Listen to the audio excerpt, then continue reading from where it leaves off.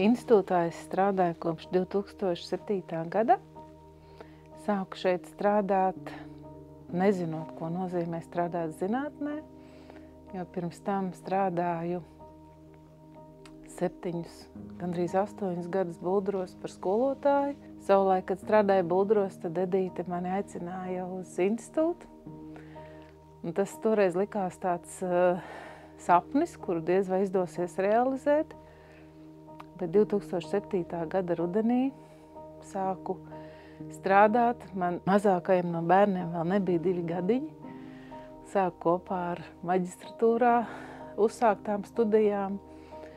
Un pateicoties Edītes prasmīgajai rokai un tai lielajai uzticēšanās spējai, toreiz viņa kā direktori man uzticēja savu pētījumu objektu plūmes, pilnīgi nemanāmi tai zinātnē iegāju.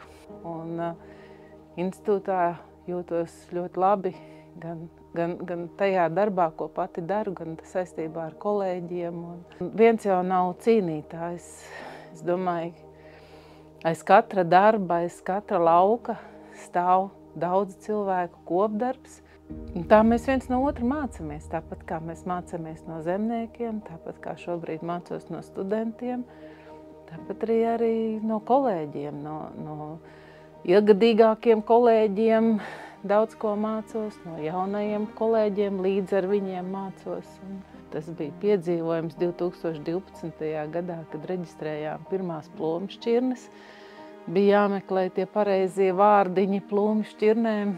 Un Ance Adele ar A-burtu, no dzintara, no ambera, no mammas vārda tika dota vārds šķirnei Ance. Man prieks, kad izdodās piesaistīt jaunus kolēģus.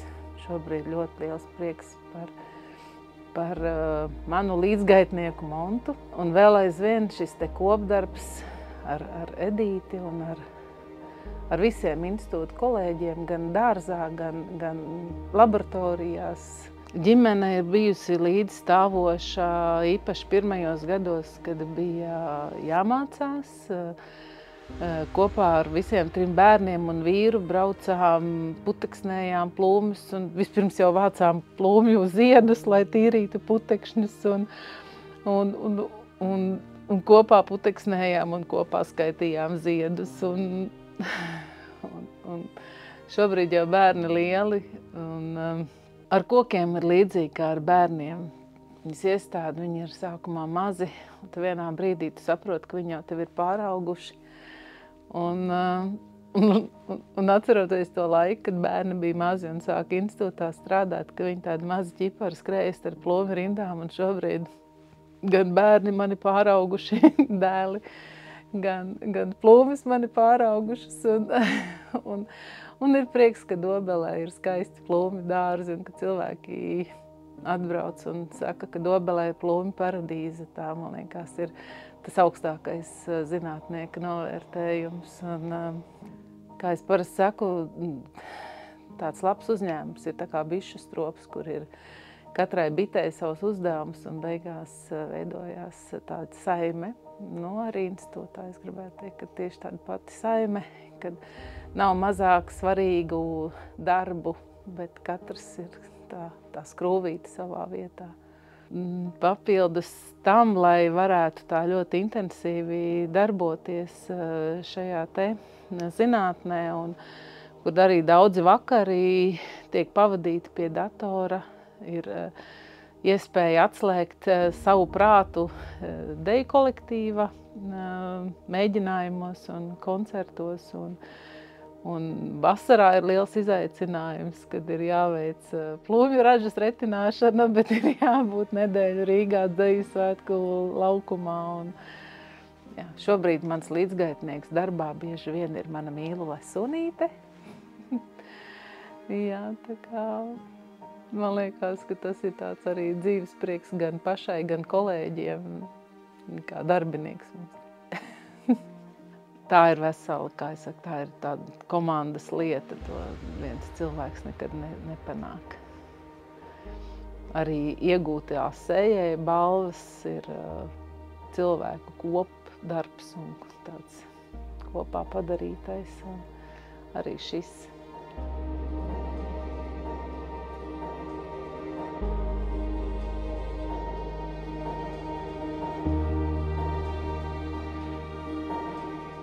Ilze ir ļoti aktīvs, dzīvespriecīgs cilvēks, kuras vadībā top Latvijā garšīgākās plūmju šķirnes, aprikožu šķirnes, kura nekad neliedz padomu, vienmēr izdomā radošas aktivitātes, kā atvērt sarežģīto zinātnes pasauli, padarīt pieejamu un saprotamu ikvienam no bērndārza līdz doktorantūrai.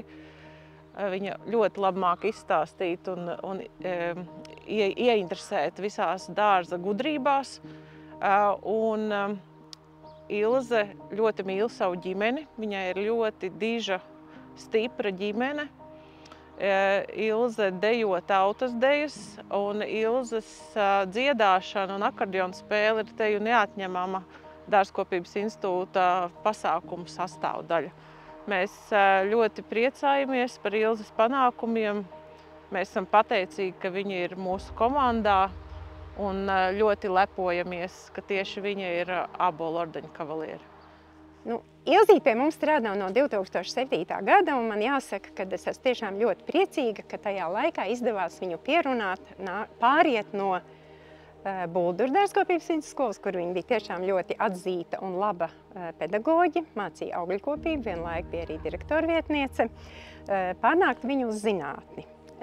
Tas, protams, nebija vienkārši, jo skaidrs, ka pieredzes tur nebija šajā jomā, bet, jāsaka, ka Ilze tiešām visas jaunās lietas apgūst ļoti ātri.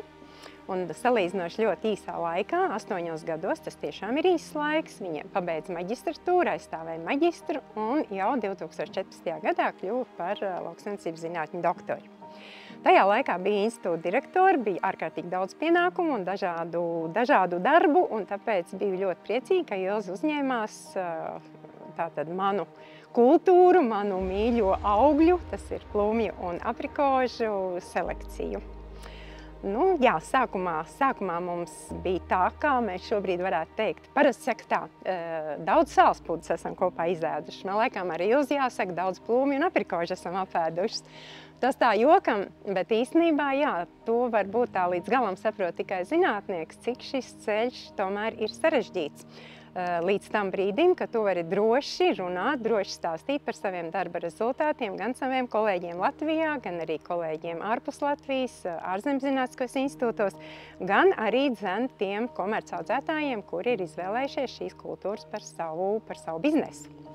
Un jāsaka, tieši par šo pēdējo lietu man gribās īpaši uzteikt Ilzi, jo viņa tiešām ir izkodusi līdz kaulam gan plūmju, gan aprikožu audzēšanu, ne tikai šķirnes un šķirņu īpatnības, bet arī visu agrotehniku un audzēšanas lietas, un sevišķi vainagu veidošanu, kas ir ļoti sarežģīta. Un tiešām tas, ko viņa dara apmācot, sākot ar studentiem un beidzot ar cilvēkiem sirmām galvām, kuri, kā saka, izbauda mūža izglītības kursus, tas tiešām ir apbrīnojami. Un es droši varu teikt ar pilnu pārliecību, ka šobrīd Ilze ir Latvijā labākā speciālists šajā jomā.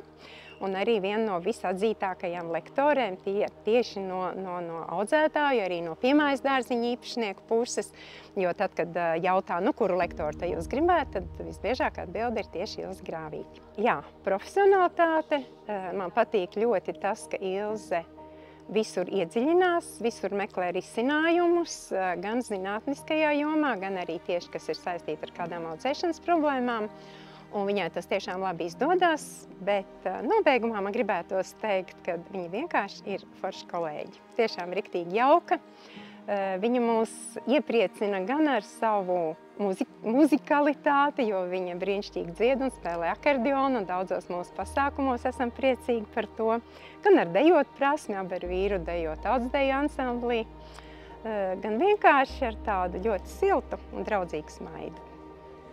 Ilze ir fantastisks mentors, superīgs cilvēks, ar kuru ikdienā var klausīties un klausīties, ko es ar viņai esmu teikusi par to, ka nekad neapnīk klausīties, ko viņa ir teikusi, ko viņa stāsta un kā viņa to stāsta. Gan lekcijās man kā studentam, gan kā darbā kā kolēģim.